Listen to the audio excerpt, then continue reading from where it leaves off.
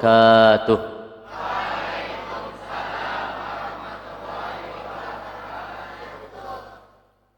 Innal hamdalillah nahmaduhu wa nasta'inuhu wa na'udzu billahi min syururi anfusina wa min sayyiati a'malina. May yahdihillah fahuwal muhtadi wa may yudlil falan tajida lahu waliyyan mursyida. Wa asyhadu an la ilaha illallah wahdah la syarika lah wa asyhadu anna Muhammadan abduhu wa rasuluh alladzi la nabiyya wa la rasula ba'dah. Allahumma shalli wa sallim wa barik ala nabiyyina Muhammadin wa ala alihi wa sahbihi wa man tabi'a hudahu ila yaumiddin. Qala Allah Ta'ala fi kitabihil mubin wa huwa asdaqul qailin a'udzu billahi minasy syaithanir rajim. Ya ayyuhalladzina amanu ittaqullaha haqqa tuqatih wa la tamutunna illa wa antum muslimun. Amma ba'd. Kaifa halukum? Alhamdulillah. Alhamdulillah, puji dan syukur kita haturkan kepada Allah Subhanahu wa taala, Zat yang Maha Ghafur, pencipta, pemelihara kita semua. Atas limpahan rahmat dan karunia-Nya pada pagi ini Allah memberikan kepada kita kesehatan dan juga kesempatan, dan ini menjadi hal yang lebih penting, yaitu kesempatan untuk kita bisa menambah kapasitas dan kualitas amal soleh kita, ilmu kita, dan juga iman kita. Mudah-mudahan setiap langkah kita ke tempat yang Allah muliakan ini Allah jadikan penggugur dosa, dan setiap langkah kita ke tempat ini Allah jadikan sebagai sarana, sebagai wasilah untuk meningkatkan diri kita di hadapan Allah Subhanahu wa taala. Amin ya rabbal alamin. Adik-adik sekalian atau anak-anak sekalian, alhamdulillah kita kembali bertemu di hari Rabu ya. Di hari Rabu ke berapa? Ketiga pada setiap bulan, dan insya Allah bersama-sama kita akan melanjutkan kajian, dan kita fokus mencoba membahas kitab Ta'limul Muta'allim Turuqut Ta'allum ya, atau Thariqut Ta'allum. Kita membahas tentang ilmu yang sangat fenomenal berkaitan dengan bagaimana kita sebagai seorang pencari ilmu, mencari ilmu kemudian kita mengamalkan ilmu yang Allah berikan kepada kita. Ada yang masih ingat di bulan lalu kita membahas tema apa? Ada yang masih mencatat?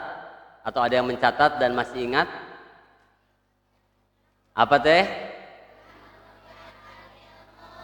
Cara memuliakan ilmu, Masya Allah ya.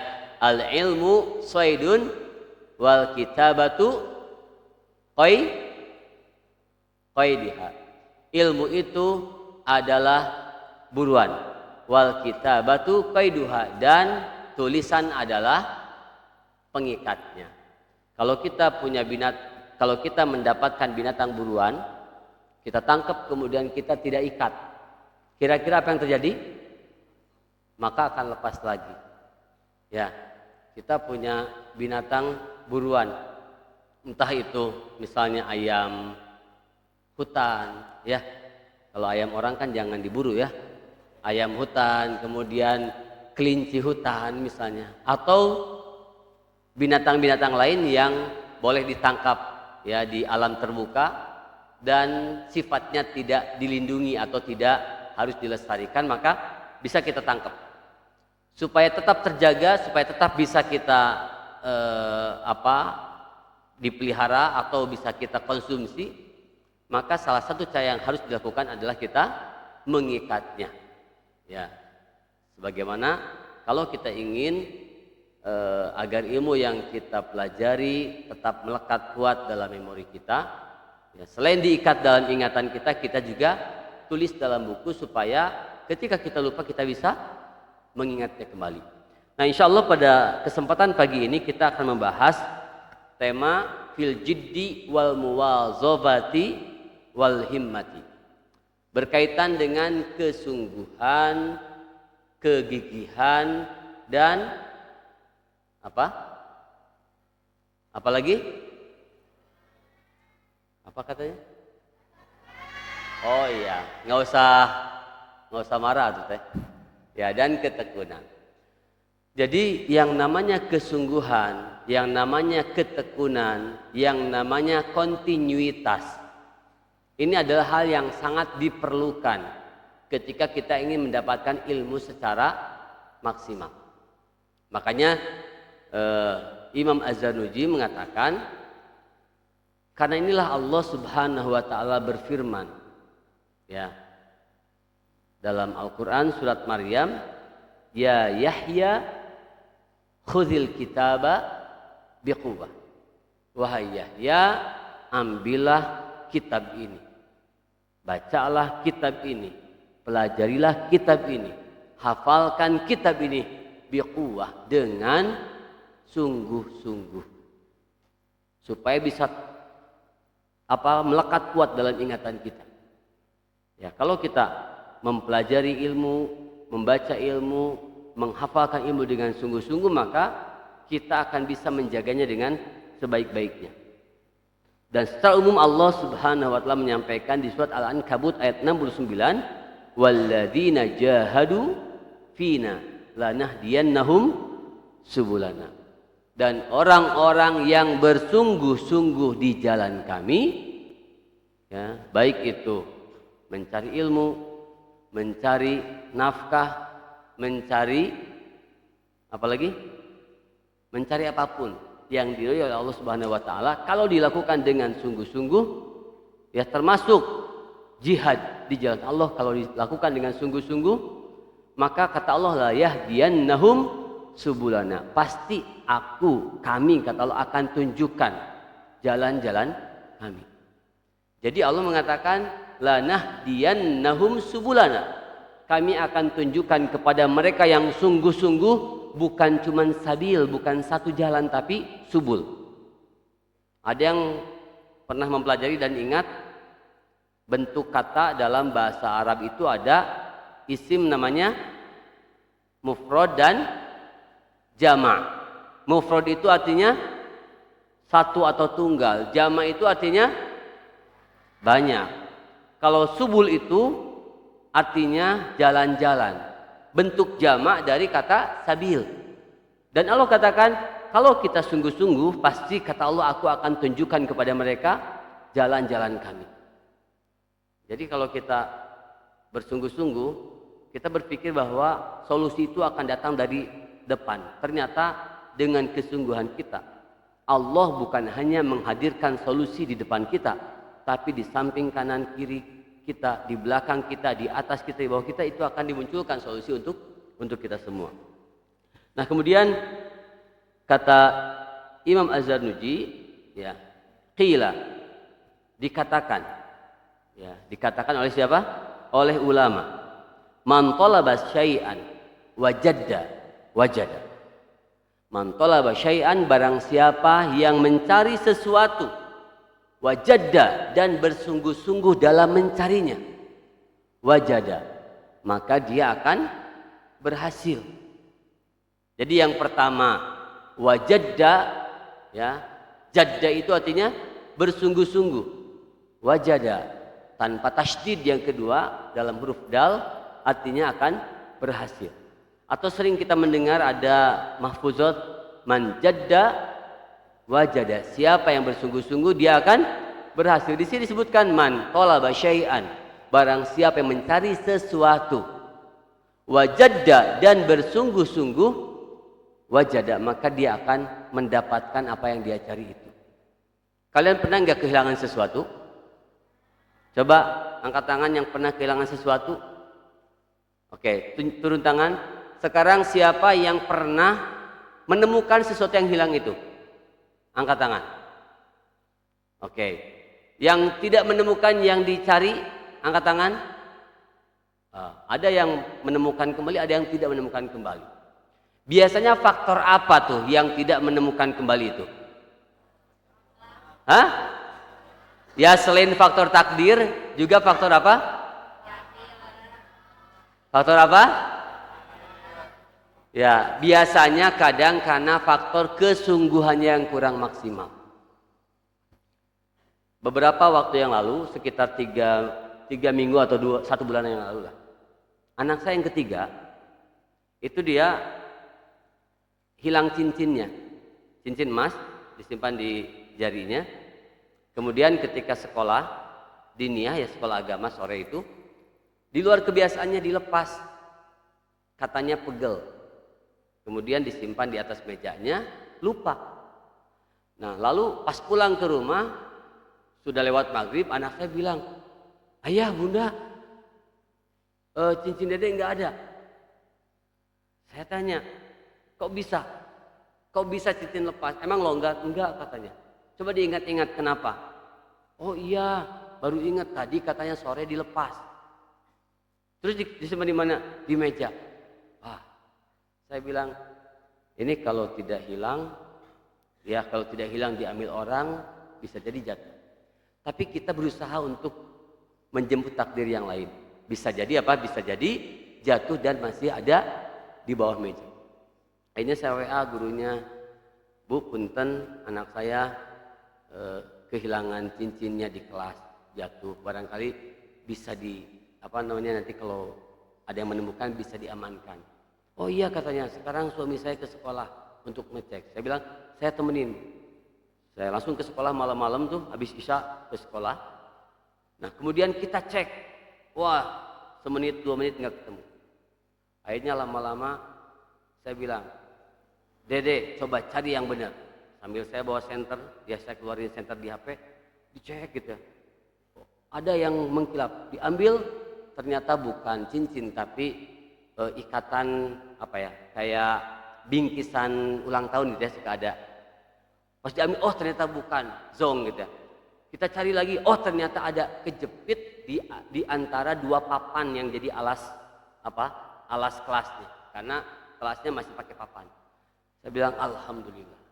Nah waktu ketemu itu pas diambil susah juga karena kejepit gitu ya. Akhirnya kita coba cari cara dan akhirnya dapat. Ternyata man jadda wajada, man talaba syai'an wajada. Man talaba syai'an wajada wajada. Siapa yang mencari sesuatu dan sungguh-sungguh pasti dia akan mendapatkannya, akan berhasil.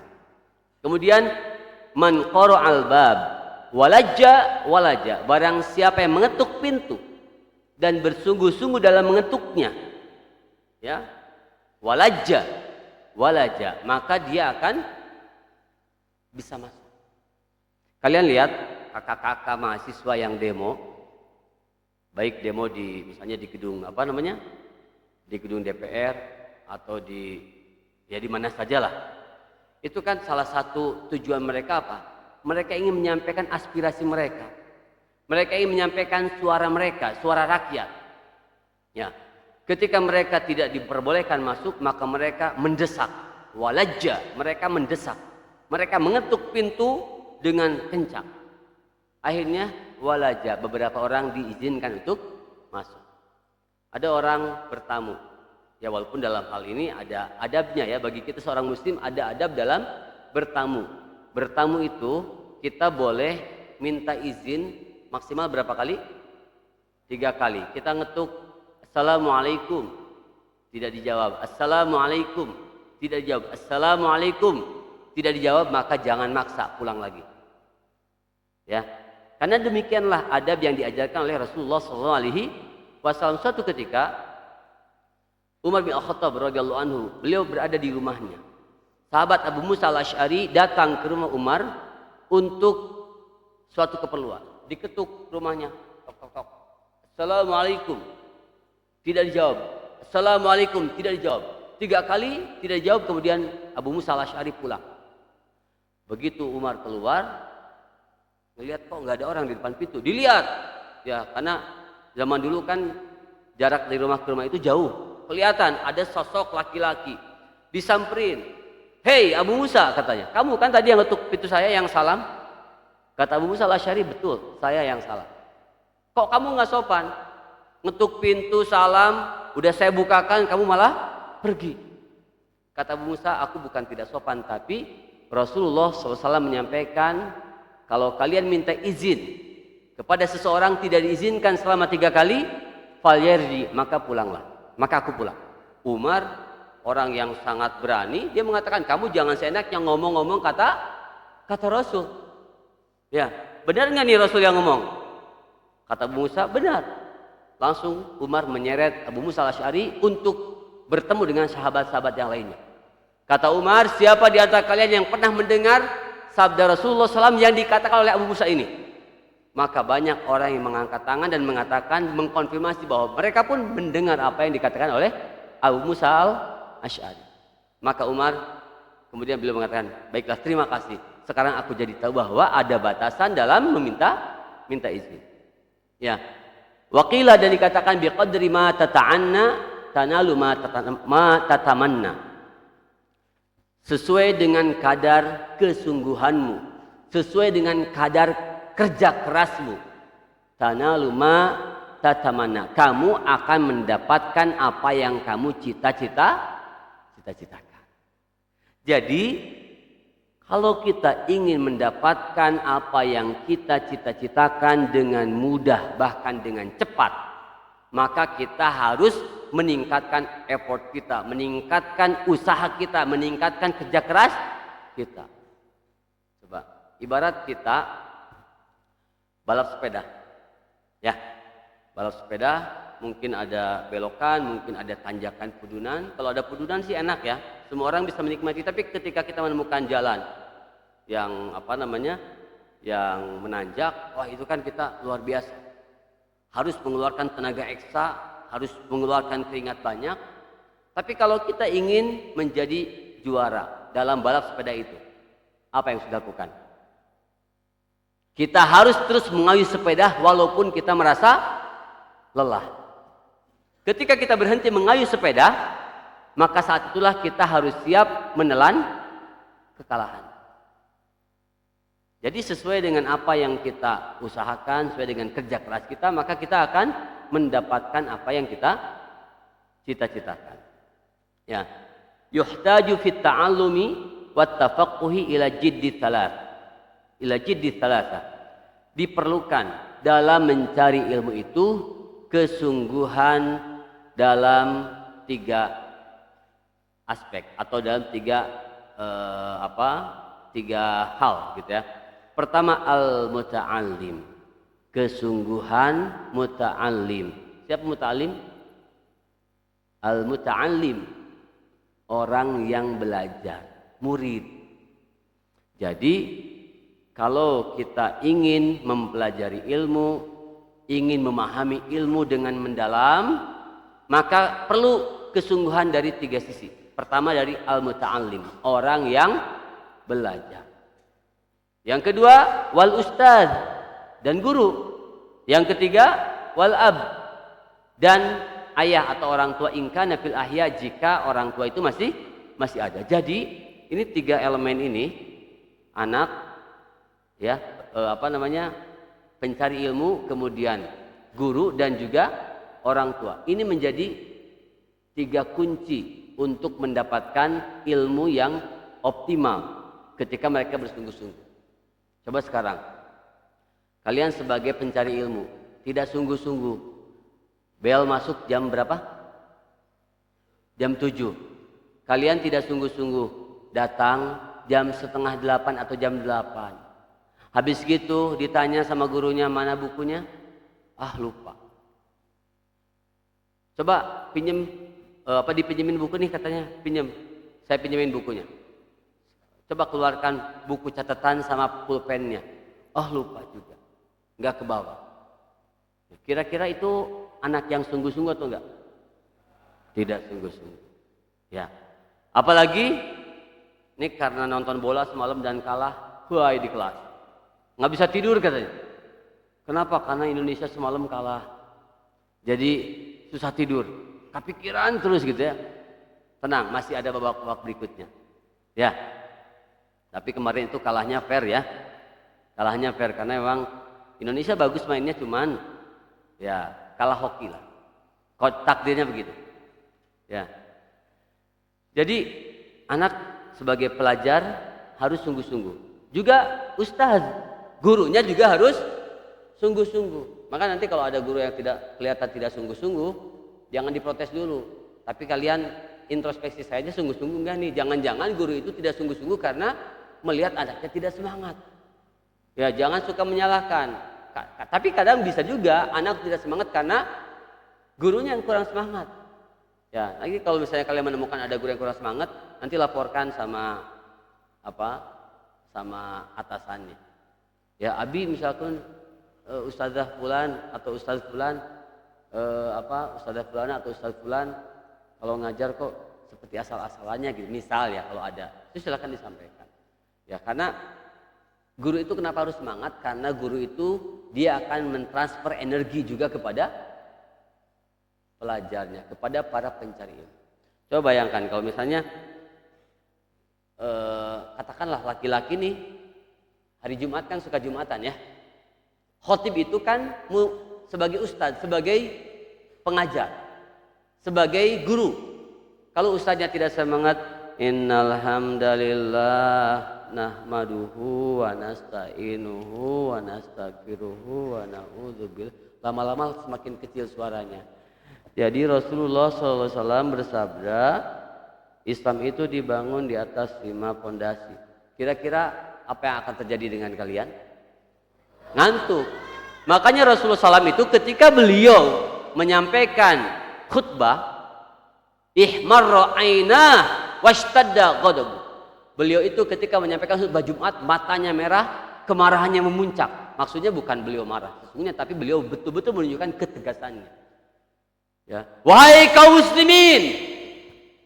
Ya, tegas sehingga jamaah itu tidak ada yang ngantuk.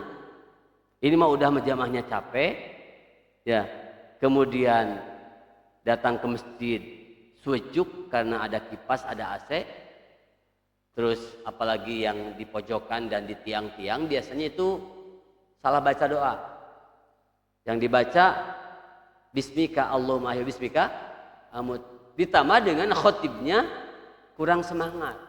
Jadi efeknya negatif. Akhirnya ngantuk. Yang ketiga ada al-ab. Orang tua juga harus semangat.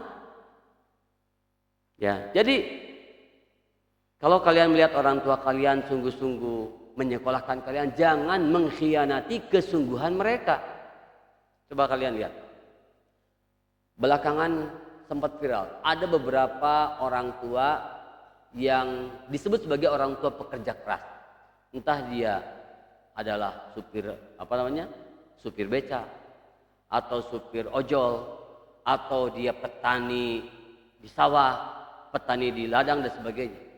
Tapi karena dia punya kesungguhan, mereka punya komitmen untuk menyekolahkan anak sampai jenjang tertinggi. Minimal katanya, saya pengen anak saya itu S1 gitu. Ternyata apa yang terjadi? Anak-anak itu menjadi anak-anak yang berhasil karena kesungguhan dari orang tuanya. Tapi kalau ada orang tua, sekolah kamu sekolah di mana we sok nepeti mas sekolah we entong nganggur gitu. Ya, kamu bari jeung mayar mah cenah. Sok we cenah cari teangan gratis gitu misalnya ya. Maka ini berkemungkinan anaknya tidak akan sukses. Kenapa? Karena orang tuanya kurang semangat, kurang motivasi. Ya.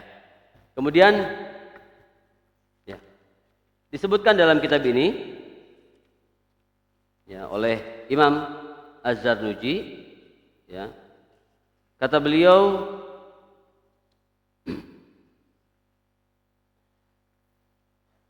ada sebuah syair dari Imam Syafi'i dilantunkan kepadaku, tamannaita an tamshiya faqihan munaziran bi ghairi ana'in. Engkau ingin menjadi seorang yang faqih, paham agama tanpa jerih payah. Fal jununu fununun. Memang gila itu bercabang-cabang katanya. Walaysa iktisabul mali duna masyaqqatin tahammaluha.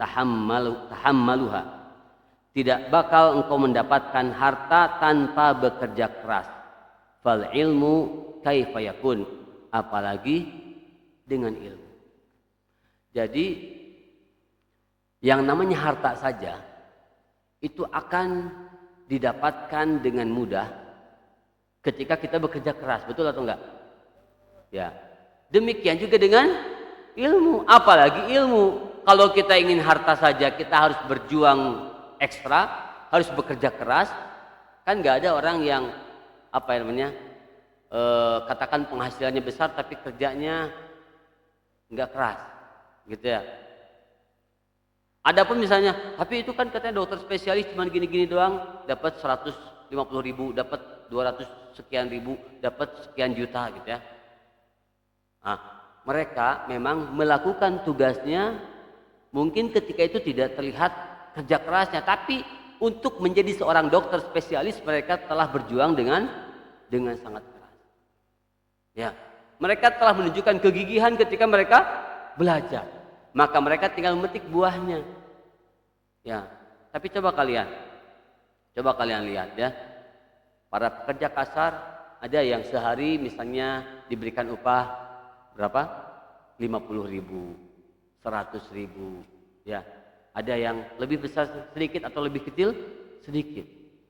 Ya, dan rata-rata kalau kita lihat yang bekerja sebagai pekerja kasar itu mereka orang-orang yang secara pendidikan tidak mencapai jenjang yang tinggi. Mungkin lulusan SMP, SMA begitu ya. Walaupun dalam zaman sekarang ya ketika dia kalah bersaing, lulusan S1 juga bisa bekerja sebagai apa? Sebagai tukang. Pernah saya merekrut calon office boy di sekolah. Ternyata dilihat latar belakang pendidikannya S1. Ini kok S1 ngelamar sebagai office boy. Ketika saya tanya, Pak, ini kan Bapak ini lulusan S1, kenapa kok malah melamar sebagai office boy? Jawabannya apa? Saya sudah bingung Pak, katanya, mencari pekerjaan ditolak terus, jadi udahlah yang ada aja saya coba lakukan gitu. Ya. Nah, tapi secara umum ketika kita menunjukkan kesungguhan di awal, maka di akhir kita tinggal memetik buahnya. Ya, wallahu a'lam. Nah, kemudian disebutkan dalam kitab ini ya, oleh Imam Az-Zarnuji, wala budda li talibil ilmi min sahril layali. Seorang pencari ilmu juga maka dia harus siap untuk tidak tidur malam atau untuk begadang. Tapi begadang untuk hal yang positif, bukan begadang untuk hal yang lain. Artinya ya, seorang pencari ilmu yang punya semangat tinggi itu mereka malah akan siap mengorbankan waktu tidur mereka sesaat untuk diisi apa? Mempelajari ilmu. Ya. Kalau di beberapa pesantren, di beberapa daerah itu suka ada santri kalong. Jadi mereka pagi-paginya ada yang sekolah atau ada yang bekerja sampai siang atau sore hari. Mereka istirahat sejenak, kemudian mereka datang ke kobong, datang ke masjid, datang ke pesantren untuk mengkaji ilmu agama. Mereka tidur gak? Tidur.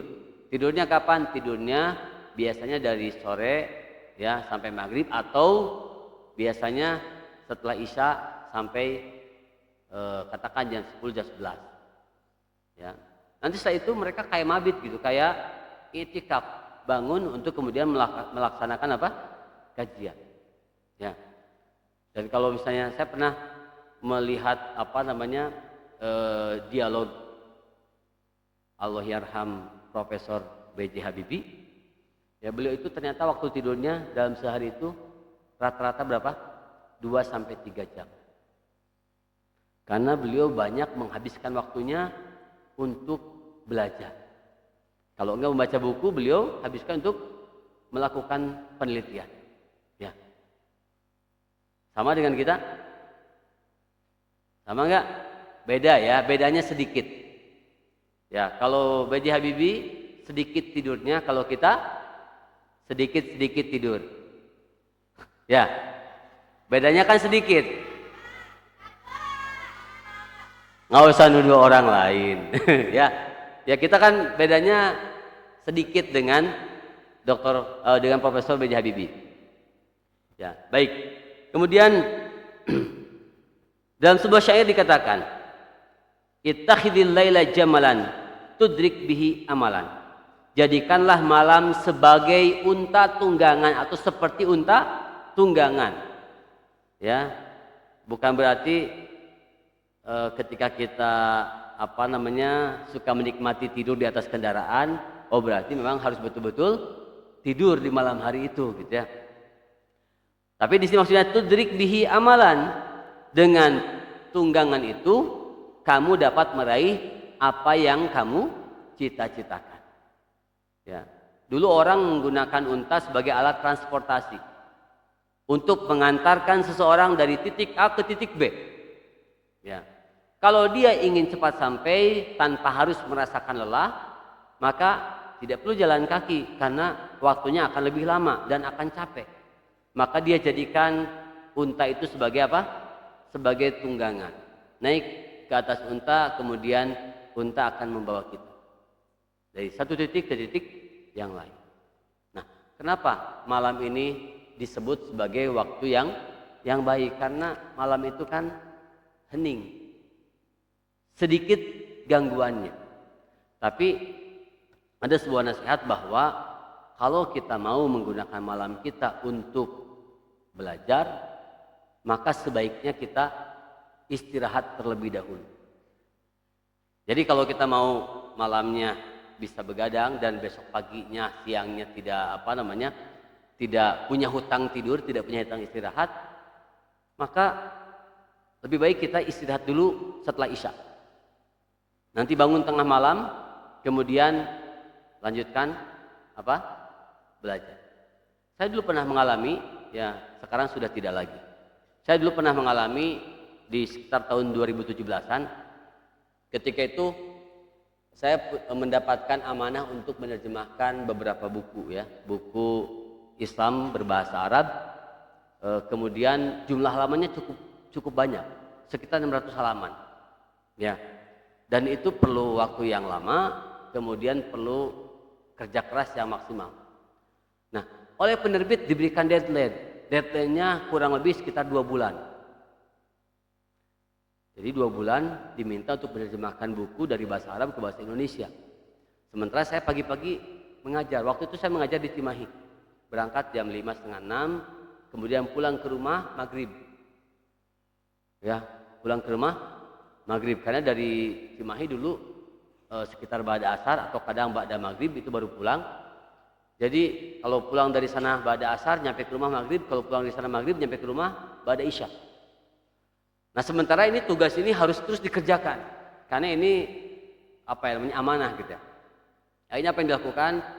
Begitu sampai ke rumah bersih-bersih, ya makan, kemudian mandi, makan, kemudian sholat isya, kemudian tidur. Bangun jam 12.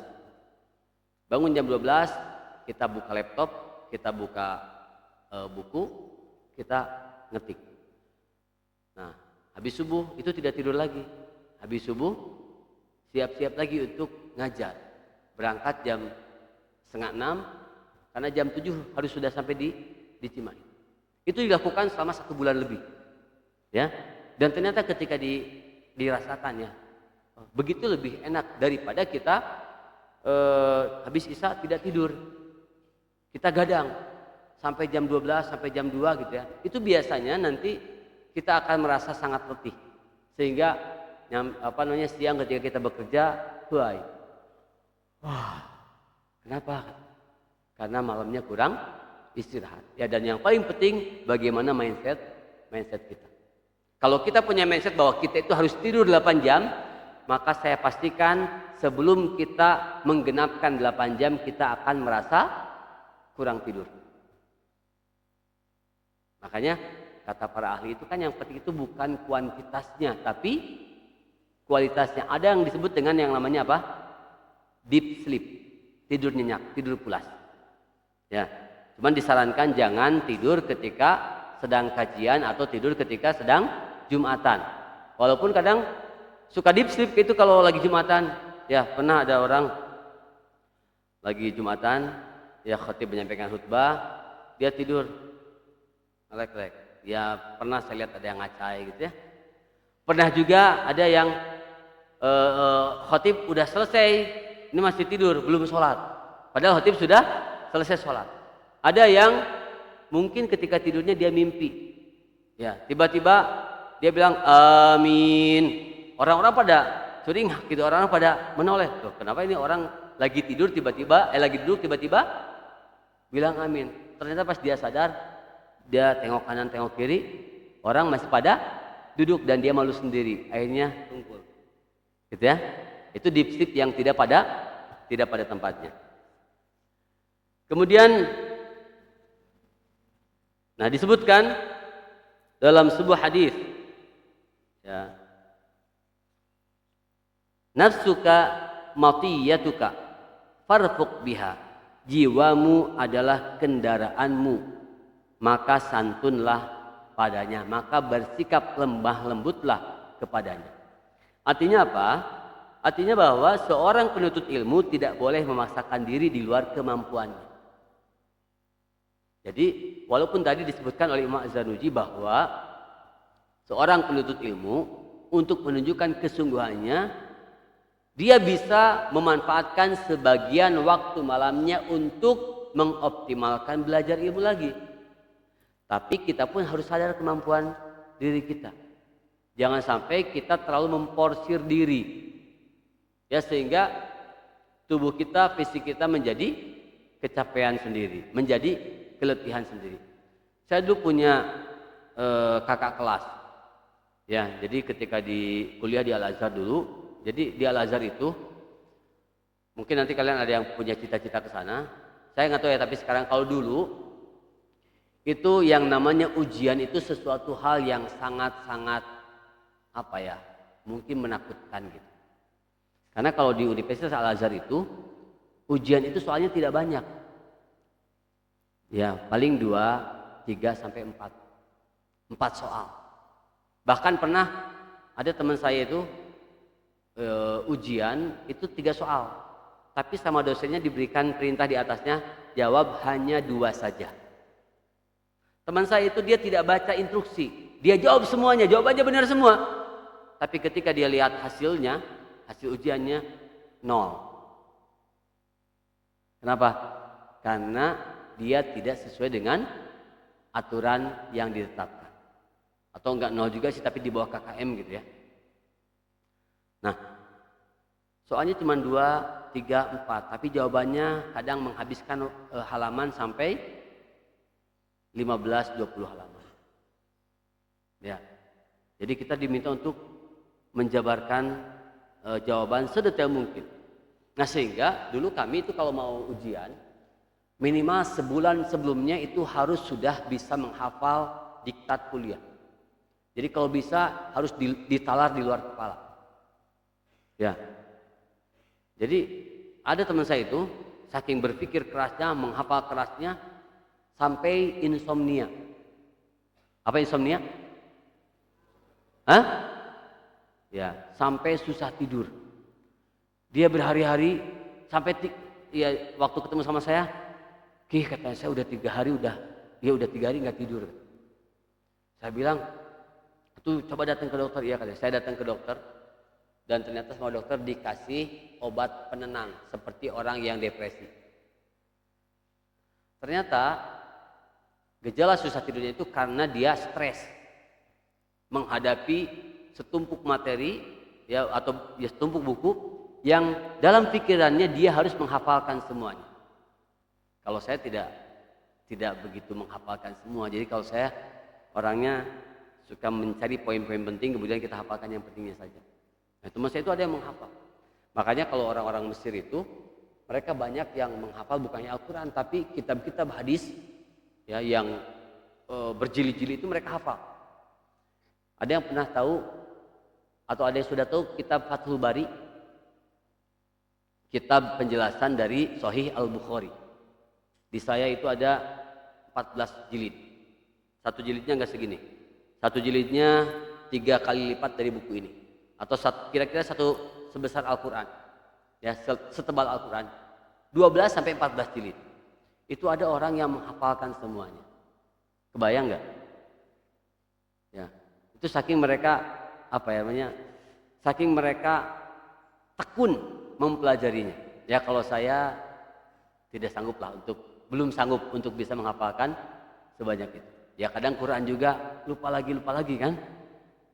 Kadang orang ketika banyak menghafal Al-Quran juga baca surat apa, juz berapa, nyambungnya ke juz 30. Ya. Saya pernah menemukan ada orang hafiz, dia hafal 30 juz, tapi ketika baca jadi imam, baca juz 30, ternyata ada yang favorit dengan dengan ayat lain di surat yang berbeda. Itu kan manusiawi ya, manusiawi. Baik. Kemudian, nah kita ini harus tahu kapasitas kita. Walaupun kita harus bersungguh-sungguh, tapi kita harus tahu kapasitas kita. Jangan sampai kita terlalu memaksakan diri sehingga diri kita menjadi lelah, diri kita menjadi bosan pada akhirnya. Karena kalau sudah bosan, kalau sudah lelah, ya, futur, nanti malah kita menjadi susah lagi untuk move on, susah lagi untuk menekuni belajar. Kemudian disebutkan dalam kitab ini, wahai para penuntut ilmu, lazimilah sifat wara'. Jauhilah tidur dan tinggalkanlah kenyang. Jadi ini ada 3 nasihat yang disampaikan dalam kitab Ta'limul Muta'allim. Yang pertama, lazimilah sifat wara'. Ada yang tahu sifat wara'? Apa itu sifat wara'? Sifat wara' itu betul, sifat apik, hati-hati. Hati-hati agar kita tidak melakukan hal yang dilarang oleh Allah Subhanahu wa ta'ala. Jangankan melakukan yang haram, bahkan yang mubah pun tidak semua dikerjakan. Ada yang ingat gak? Saya pernah cerita tentang Abdullah bin Al-Mubarak. Yang Abdullah bin Al-Mubarak, beliau pinjam pensil, pinjam pena. Ada yang ingat ya? Itu kan beliau sampai pulang dari Merv, dari daerah Turkistan, kembali ke Damaskus untuk sekedar mengembalikan pulpen yang dia pinjam dari temannya. Temannya kaget, kamu ngapain kembali lagi katanya. Dia bilang, saya kembali sekedar untuk mengembalikan pulpen ini, pena ini kepadamu, yang aku lupa mengembalikannya saat aku pinjam waktu itu. Subhanallah katanya, kamu datang jauh-jauh untuk sekedar mengembalikan pulpen ini. Dalam hatinya mungkin padahal macam aku abi geus disalbat dan geus diikhlaskeun gitu. Kalau kita kan sekarang kita pinjam pulpen orang, kita pinjam barang orang, terus kita menganggap bahwa ini adalah barang yang kecil, meureun boga lagi moal kalegitan gitu. Mungkin yang punyanya pun tidak merasa sayang dengan hilangnya barang ini. Akhirnya kita menganggap meureun geus dihalalkeun gitu. Ada nggak yang minjem pulpen orang nggak dikembalikan? Nah ini harus dihindari. Ya, jangan sampai kita minjem barang orang kemudian berharap orang yang meminjamkan lupa barangnya dipinjam oleh kita. Ini bahaya ini. Bisa menyebabkan ilmu kita tidak berkah. Ya, yang kedua tadi mengurangi tidur. Ya, karena banyak orang yang waktunya itu habis untuk tidur. Coba sehari kita berapa jam? Apa ini? Belajar berapa jam? Sehari berapa jam? Di sekolah katakan sehari 7 jam, 8 jam, 7 jam lah katakan. Apakah selama 7 jam itu kalian efektif betul-betul belajar, mempelajari, membaca, menghafalkan ilmu? Tidak. Banyaknya apa? Banyaknya main, ngobrol ya teh ya. Apalagi? Ya, banyaknya hal-hal yang tidak produktif mungkin gitu, tapi saya yakin di sini tidak. Tapi ketika kita tidur, kita tuh nggak mau tidur kita terganggu sedikit pun, betul nggak? Kalau kita tidur nyenyak gitu ya, tiba-tiba ada suara yang berisik, batur kersare nggak ganggu gitu. Orang lagi tidur, lagi nyenyak, ini bikin kebisingan, membuat kita terganggu saja. Ya, tapi kalau kita belajar banyak gangguannya. Ya, nah maka dengan kita mengurangi tidur itu akan membuat kita semakin mendapatkan ilmu dengan maksimal. Kemudian meninggalkan kenyang. Meninggalkan kenyang. Siapa yang sering kenyang? Ya. Kita tahu kan ya, ada sebuah nasihat orang menisbahkannya kepada Luqman Al-Hakim bahwa di antara nasihat beliau adalah menghindari apa? Menghindari perut kenyang. Karena perut yang kenyang akan menimbulkan rasa malas pada tubuh kita. Baik malas untuk ibadah ataupun malas untuk mencari ilmu. Biasanya dari mulut turun ke perut, dari perut naik ke mata. Kita makan. Ya, kita makan. Wah, kamu makannya bala kecrakan. Bareng sama orang lain, bareng sama teman-teman kita. Ngaliwat santerabma. Terus saya makan gitu. Ya, udah kenyang. Coba kira-kira apakah kita lebih semangat atau malah jadi ngantuk? Nah, biasanya kalau udah kenyang, apalagi kita capek, terus makannya banyak, perut kita kenyang, yang ada bukan semangat lagi bekerja, semangat lagi belajar, tapi yang ada ngantuk. Kalau udah ngantuk, ya masa iya sih orang ngantuk bisa menghafal, bisa baca dengan sempurna. Yang ada kalau kita ngantuk, tulisan di buku aja lama-lama menjadi kecil.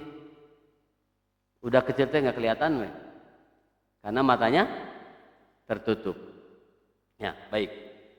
Kemudian ya disebutkan dalam kitab ini dalam kitab Makarimul Akhlaq, Syekh Imam Al-Ustadz Radiyuddin An-Naisaburi mengatakan bahwa Zulkarnain. Siapa Zulkarnain? Ya sering disebut sebagai Iskandar Agung atau Alexander the Great. Ya.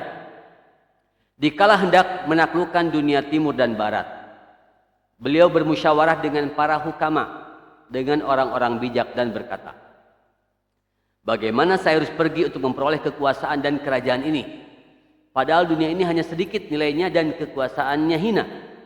Ini berarti bukan cita-cita yang luhur. Maka para hukama, para ahli bijak itu menjawab, pergilah demi mendapatkan kekuasaan dunia dan akhirat. Jadi Zulkarnain, beliau nggak mau mencari kekuasaan untuk semata di dunia. Karena dunia ini walaupun kita bisa menggenggamnya dengan kuat, kita menggenggamnya dengan banyak gitu ya, lama-lama akan ditinggalkan.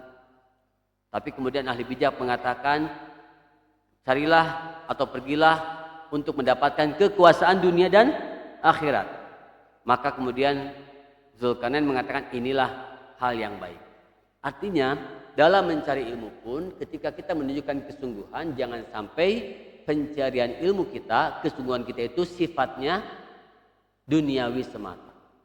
Jangan sampai saya pokoknya harus sungguh-sungguh supaya saya dapat gelar doktor. Saya harus sungguh-sungguh supaya saya bisa jadi profesor. Kalau udah jadi profesor saya akan dapat penghasilan besar. Jangan karena itu, tapi tunjukkan semangat kita mencari ilmu untuk mencari kesenangan di akhirat selain mendapatkan kesenangan di dunia.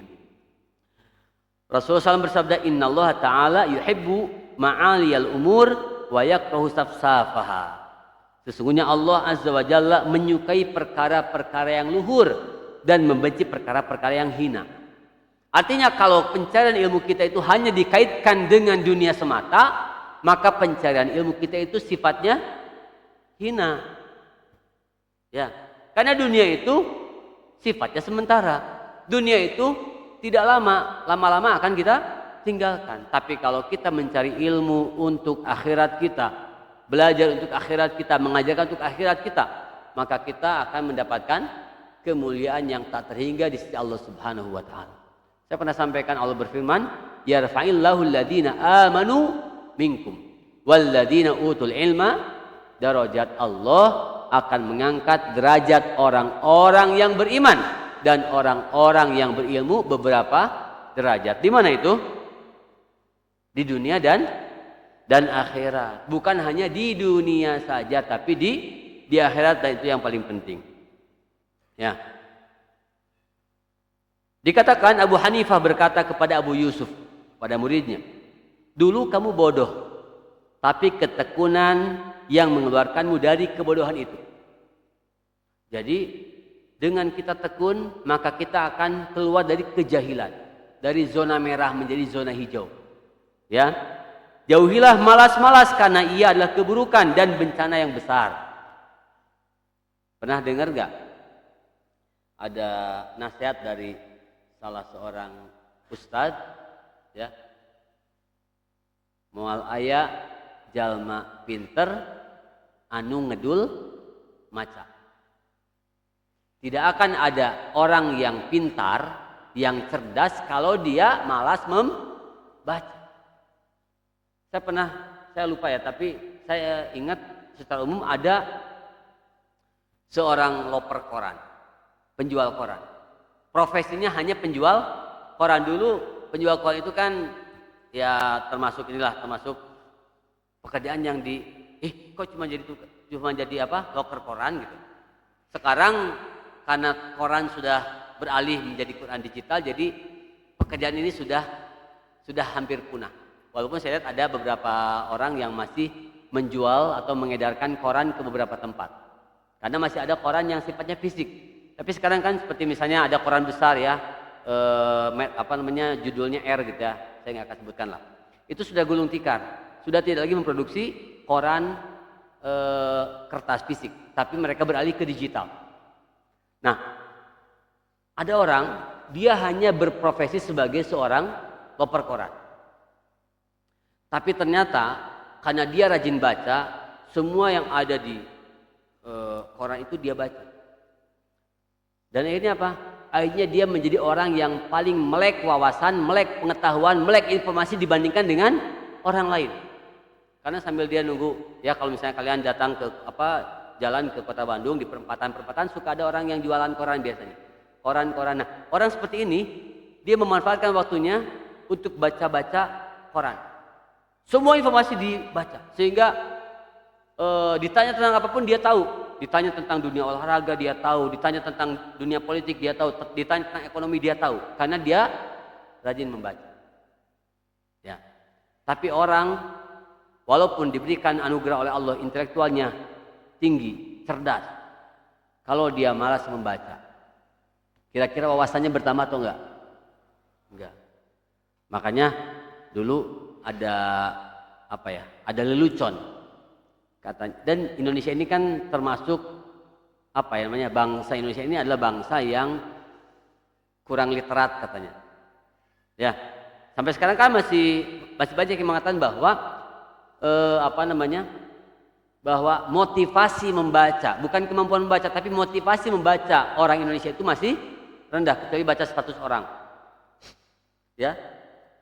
Jadi motivasi membaca kita itu terhitung rendah jika dibandingkan dengan di Jepang atau di negara-negara yang maju. Ya. Makanya ada yang bilang katanya kalau orang Indonesia dijual otaknya katanya, maka otaknya akan bernilai lebih mahal dibandingkan dengan otak orang Jerman, orang Jepang. Apa alasannya? Karena otak orang Indonesia masih yang gres, jarang dipakai atau belum pernah dipakai.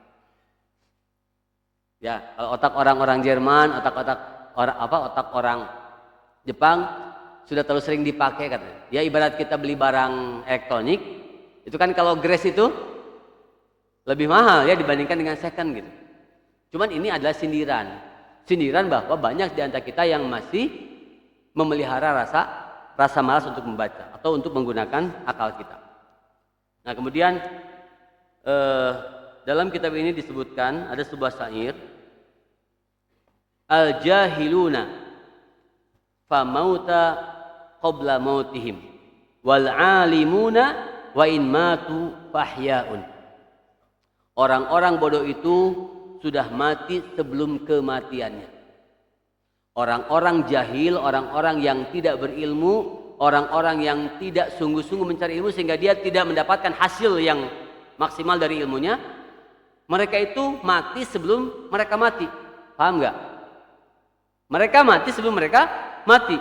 Wal alimuna, adapun orang-orang alim, orang-orang berilmu, wa in matu fa ahyaun, walaupun mereka sudah mati, mereka tetap hidup. Apa maksudnya? Maksudnya orang-orang alim yang berilmu, walaupun mereka sudah mati, tapi mereka itu seperti hidup. Kenapa? Karena mereka telah mengajarkan ilmunya kepada orang lain, sehingga orang lain mengetahui, orang lain mengamalkan, orang lain mengajarkan kepada yang lain.